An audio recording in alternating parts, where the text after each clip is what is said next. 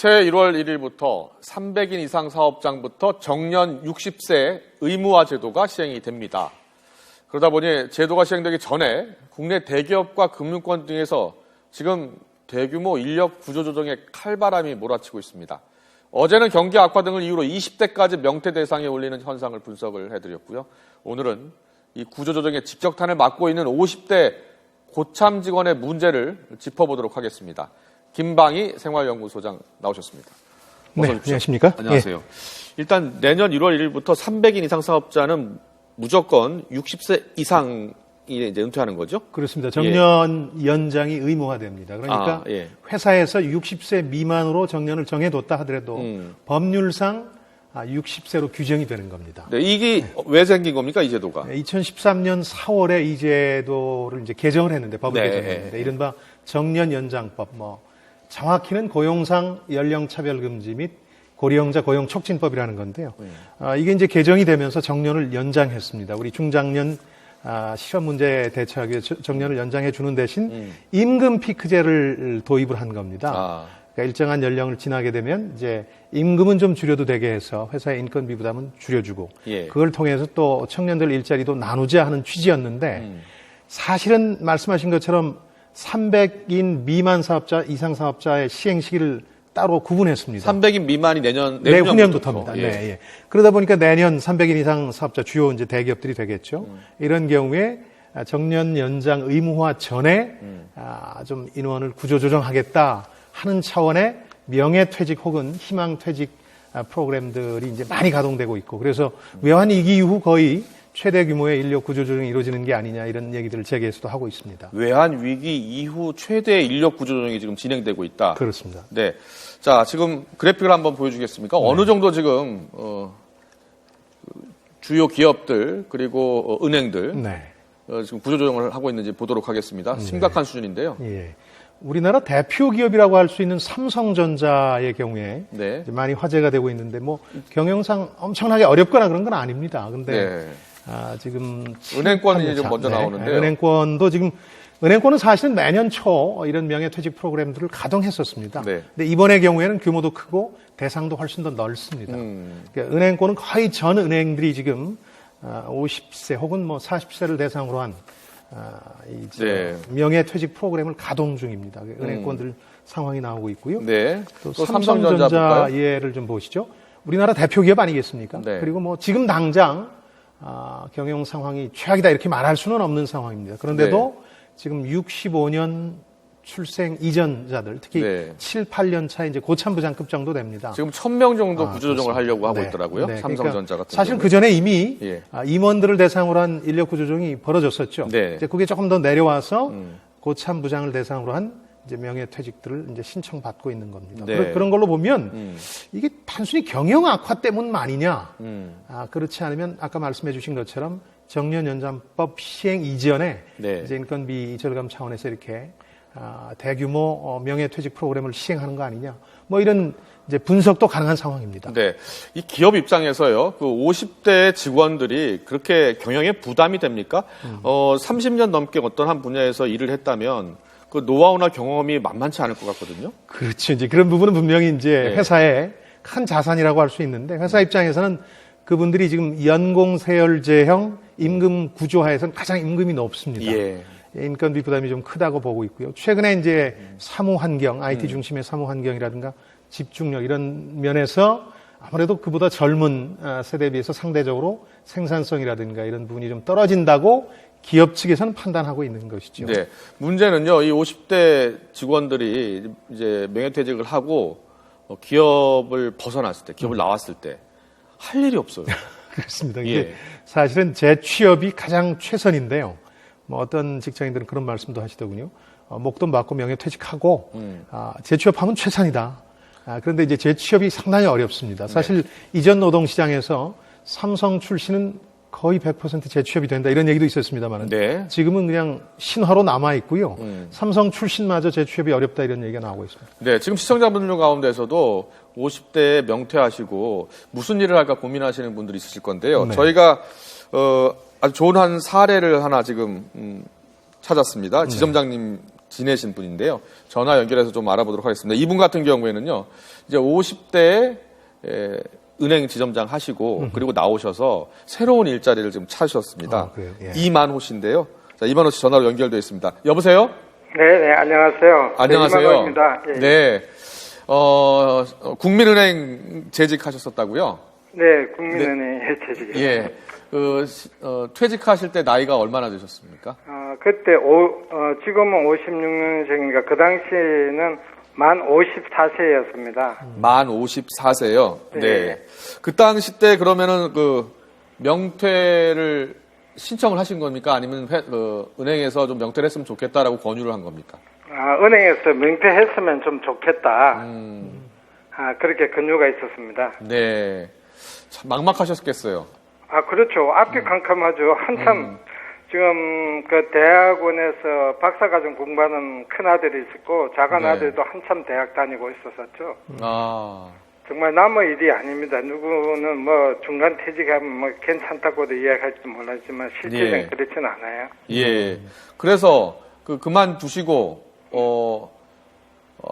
아이들은 뭐라고 하던가요? 공부를 계속 하기가 어려운 상황이 됐을 것 같은데. 그렇죠. 이제 아빠가 앞으로는 버릴 일도 없고 하니까 네.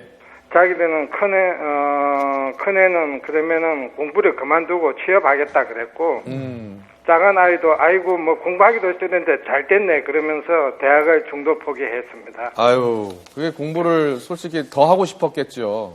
그렇죠. 아버지가 굉장히 이제 직장을 가슴이, 잃으시니까 네, 가슴이 아팠었죠. 가슴이 많이 아프셨을 것 같습니다. 네.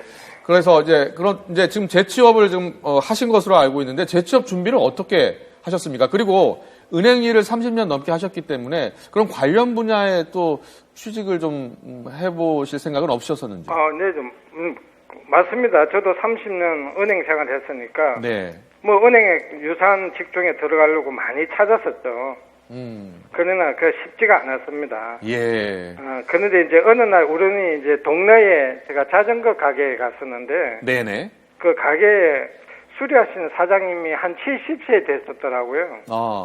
그 사장님이 그러시더라고요. 자기는 이 보잘것없는 이 자전거 가게지만은 이곳에서 40년을 자기가 일해가지고 명예퇴직 걱정도 없고 뭐 작은 돈이지만은 이 가게를 통해 가지고 애들 다 공부시키고 결혼까지 시켰다는 이야기를 들었어요. 예. 그렇구나. 그 자그마한 이 자전거 가게 이거 가지고 자식들 공부시키고 70세 나이에도 일을 할 수 있구나. 그래서 저도 자전거 가게를 알아봤던 겁니다. 예. 그래서 이제는 뭐 자전거 가게 그 홍보실에 자전거 다니는 후배한테 한번 문의도 해보고 또 가게를 얻기 위해서 신도시에 그 상가를 분양하는 옛날에 거래하는 그 건설사 재무이사한테 상가 분양하면 얼마쯤 해요? 이제 물어보기도 했어요. 예. 그런데 그 가격이 5억, 6억 정도가 던데요. 그렇군요. 예. 너무 많이 들어가고 그 가게를 얻는 거를 포기를 하고 이미 자전거 가게 이 기술이 네. 좋다는 것을 느끼고 그때부터 기술을 배워보겠다는 그 마음을 가졌던 겁니다. 그렇군요. 예. 그래서 지금 하고 계신 일이 무엇입니까?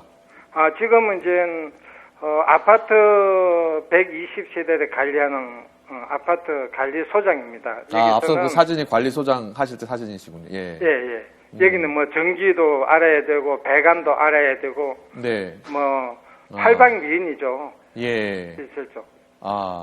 다 배웠으니까. 그런데 그 관리소장이 되시려면 그래도 여러 분야를 많이 알아야 될 거 아닙니까?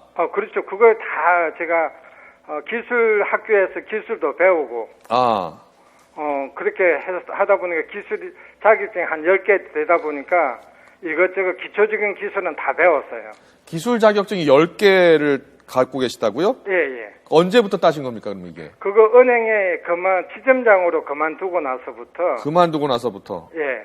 예. 은행 지점장 그만두면은 대개 2년 정도는 또 나가서 살 일을 구하기 위해서 한 2년 정도 유예를 줍니다. 네네네. 뭐 계약직으로 근무를 할 수 있어가지고. 네네. 그때 계약직으로 근무하면서 낮에는 은행에 계약직으로 근무하고 밤에는 기술학교 다니면서 기술을 취득을 했습니다. 네, 지금 아파트에서 지금 환풍구에서 일을 하고 계신 화면이 나오고 있거든요.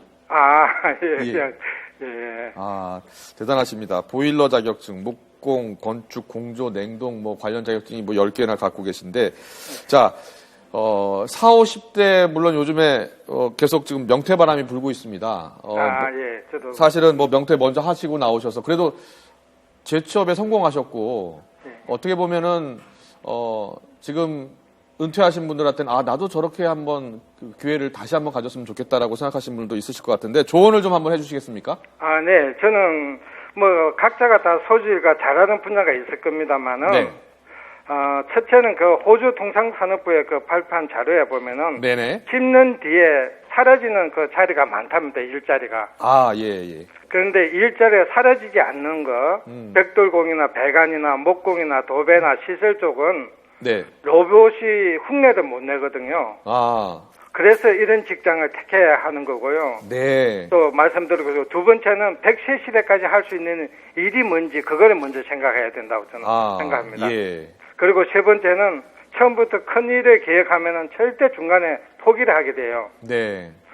그래서 처음에는 수준이 좀 낮은 기술, 또 쉬운 기술, 예. 그리고 일단은 취업하더라도 적은 월급이나 따나 일단은 뭐 좀 큰 꿈을 위해서는 참고 견디라고 이야기 드리고 싶고요. 네. 또 한 가지는 그 넷째는 정말 하다 보면은 각종 기술을 배우다 보면은 뭐 친구들 모임이나 또 사회 모임 경조사 같은 게 많이 있을 겁니다. 네. 이런 거에 다 참여하게 되면은 꼭 시험 때 그런 게 다가와요. 그런 걸 다 포기할 줄 알아야 된다고 저는 말씀드리고 싶고요. 네. 마지막으로는 네. 정말 눈높이를 낮춰야 됩니다. 눈높이를 낮춰야 한다. 예, 아주 더럽고 또 하찮은 일이라도 정말 성심성의껏 일을 해주면은 거기서 빛을 발하게 되고 사람한테 인정을 받게 됩니다. 네네네. 무시당해도 또 쪽팔릴 일이 많이 있을 겁니다. 그런 거를 극복해야만이 그러면은 더 정말 100세까지 일할 수 있는 그 기술이 보이고 또 일자리가 보인다고 저는 확신합니다. 알겠습니다. 네. 잘 들었습니다. 이만호 씨 오늘 전화 연결해 주셔서 고맙습니다. 예.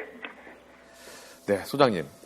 아주 성공적인 사례예요. 그렇죠? 그렇습니다. 네. 보니까 지금 한 5, 6년 만에 자격증도 많이 따시고 새로운 이제 그 일자리를 찾으셨어요. 물론 아까 여러 말씀 중에서 눈높이를 좀 낮추고 그리고 기술 그리고 향후 10년을 내다보고서 준비를 했으면 좋겠다는 말씀하셨거든요. 네, 이 선생님 같은 경우는 사실은 새로운 기회를 찾으려고 노력한 것보다 더 빛나는 것은 자기 마음가짐을 바꾼 거죠. 사실 30년간 은행에서 지점장까지 하신 분이 이제 기술 자격증 가지고 이제 그런 약간 노동의 질이 떨어지는 분야에 종사하기 쉽지 않거든요. 아까 그렇죠. 주변 눈치도 좀 보였다 그런 말씀도 하셨는데 그런 결심을 한 게 상당히 그 중요한 부분이었던 것 같고요. 직장인들 같은 경우는 사실 명예퇴직 프로그램 신청할 거냐 말 거냐를 두고 여러 가지 고민들을 합니다.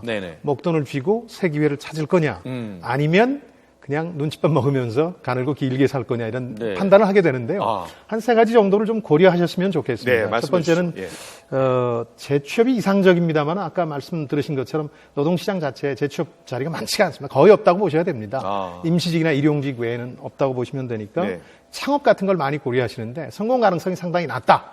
기대를 너무 높여놓으면 어느 정도 됩니까? 그 성공 가능성이? 글쎄 3년에 수도권 같은 경우에는 3년 만에 한 절반 이상이 문을 닫으니까요. 상당히 어렵다고 봐야죠. 두 번째는 이제 국민연금에 대한 고려를 조금 하셨으면 좋겠어요. 국민연금이요? 국민연금은 불입액과 불입기간에 따라서 격차가 많이 납니다. 수령액이. 그러니까 조금 눈칫밥을 먹더라도 그냥 눌러 앉는 거에 경제적 혜택에 대해서 조금 고려하실 필요가 있는데 물론 어떻게 사람이라는 게 이런 경제적 판단만 가지고 결정을 하겠습니까? 뭐 어떤 자기가 속했던 조직에 대한 배신감, 분노 이런 것들도 결정에 작용하겠죠. 그러나 그런 부분하고 또 위로금 명목의 그 목돈이 전에 비해서 많이 줄었습니다. 요즘은 1, 2년치 월급, 뭐 짧게는 9개월치 월급만 제공하는 회사도 많습니다. 그러니까 예전에 뭐 몇억 원 챙겨서 나왔다 하는 거는 옛 얘기이고 그래서 목돈 자체에 대해서 너무 큰 과욕을 부리시면 안 되겠습니다. 이런 점들을 고려하셔서 결정을 하셔야 되겠죠. 근데요, 요새 그 통계를 보면 우리나라 퇴직 시 평균 연령이 계속 낮아지고 있어요? 그렇습니다. 지금 많이 낮아졌습니다. 네, 어느 정도 낮아졌는지 잠깐 보도록 하겠습니다. 네, 우리나라 퇴직 평균 연령인데요. 지금 남자는 52살, 여성은 47살입니다. 네, 이게 과거보다 크게 지금 낮아지고 있는 거거든요. 네. 왜 이렇게 낮아지고 있는 겁니까? 그러니까 최근에 기업들이 보면 예. 어찌됐든 일자리를 늘리지 않으려는 경향이 좀 있습니다. 그러니까 예를 들어서 지금 저희가 얘기한 명예퇴직 프로그램의 경우도 임금 피크제와 함께 실시해서 좀 숨통이 트면 인건비를 절감하게 되면 청년과 일자리를 나누게 하겠다는 게 원래 당초 이 정책의 취지입니다. 그런데 청년들 일자리는 늘지 않고 있거든요. 그러니까 경기 악화를 핑계로 사실은 인건비를 이제 절감하고자 하는 기업들의 욕심이 드러나고 있는 건데. 예. 그러다 보면 이제 우리가 얘기하는 노동개혁의 어떤 기본 전제, 정년을 늘리고 대신 임금 피크제를 실시하고 그렇게 숨통이 트인 걸 가지고 청년들과 일자리를 나누겠다. 이런 게 좀 전제가 깨지고 있는 것이거든요. 그렇다면요. 좀 생각을 해봐야 소장님, 되겠죠. 그 준비가 충분히 좀 됐다. 본인이 판단하기에 제2의 인생을 할 준비를 미리 준비하는 겁니다. 네. 그러니까 어느 정도 회사가 50대 정도 되면은 명퇴를 요구하는 경우가 그렇습니다. 많으니까요. 네. 그러니까 미리 준비가 됐다고 판단하면 나와서 새로운 일자리를 찾는 거 괜찮은 방법입니까? 본인은 이제 낙관적으로 판단할 수 있겠지만 노동시장이 그렇게 녹록치는 않습니다. 예. 나오신 분들한테 제공되는 일 절반 이상이, 절반 가까이가 임시직 혹은 일용직입니다. 아까 얘기해서 아파트 관리 일이라든가 네. 경비 일이라든가 여성분들 같은 경우는 백화점 이제 파트타이머 같은 것들입니다.